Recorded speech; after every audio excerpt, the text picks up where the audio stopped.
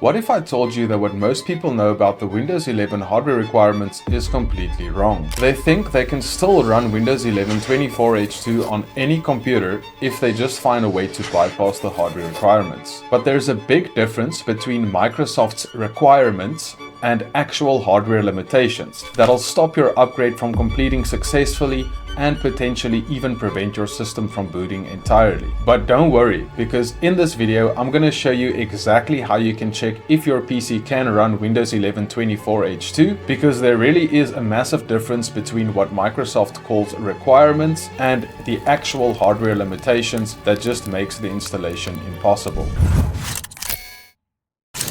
Now, if you've been following Windows 11 upgrade tutorials, you probably think that you can bypass any requirement that Microsoft throws at you. I mean, that's what we've been doing since Windows 11 launched, right? One of the most popular bypass methods right now is the server setup method, which I've also made a video on before, but I see a lot of people online thinking that this method can bypass any Windows 11 requirement and get Windows 11 24H2 installed on any old computer. But here's where the confusion happens. With Windows 11 24H2, Microsoft introduced something called PopCNT or pop count support, which requires your CPU to have the SSE 4.2 instruction set. Now, this isn't a software requirement you can bypass with registry edits or setup tricks. It's how your processor physically communicates with the operating system. Think of it like trying to play a Blu-ray disc in a DVD player. No amount of software tricks will make that work, because the hardware literally cannot understand the format. Now, I've done a lot of upgrades to Windows 11 on unsupported hardware for people in the past, and I've also made various videos on this channel showing you the different methods that you can use to bypass the Windows 11 hardware requirements. But because of that, I've also learned to distinguish between what can be bypassed and what simply won't work. The difference between a Microsoft requirement and a hardware limitation is this. Requirements like TPM 2.0 and Secure Boot can be bypassed with the right setup method or registry tweaks. But physical hardware limitations can't be bypassed and will simply prevent the installation from completing successfully or stop the computer from booting properly. So let me show you two methods that you can use to check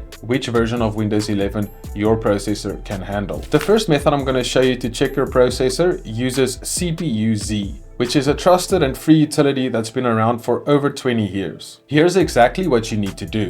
Download CPU-Z from the official website. You can choose either the installer or the portable version. Both work exactly the same way.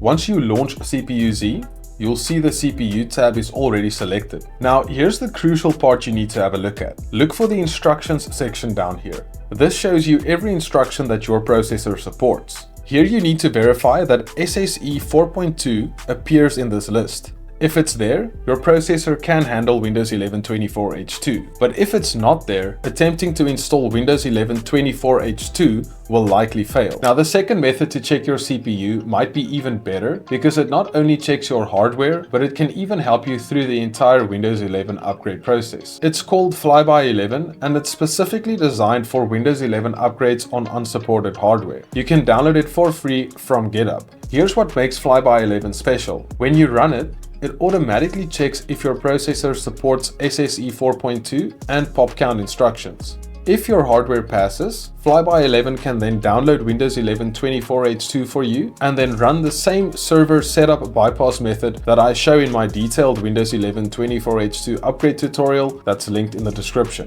But if your processor fails these checks, then Flyby11 will tell you up front, potentially saving you from a failed installation attempt. Now, the developer of this app also mentions here that there is no way to bypass the processor limitations on Windows 11 24H2. Now, let me address the one question I get the most often about this. Will I still get updates if I bypass the requirements? Yes, you'll still receive all security and feature updates just like everyone else. The only difference is you won't get automatic major version upgrades, like from 23H2 to 24H2 or 24H2 to 25H2 and so on. You'd need to manually upgrade when new versions come out if your hardware can handle it. So here's what you need to remember. There's a big difference between what Microsoft calls requirements, which can be bypassed, and actual hardware limitations, that can't be bypassed. If your processor supports SSE 4.2, you can safely upgrade to Windows 11 24H2 using the bypass methods. The key is knowing which situation you're in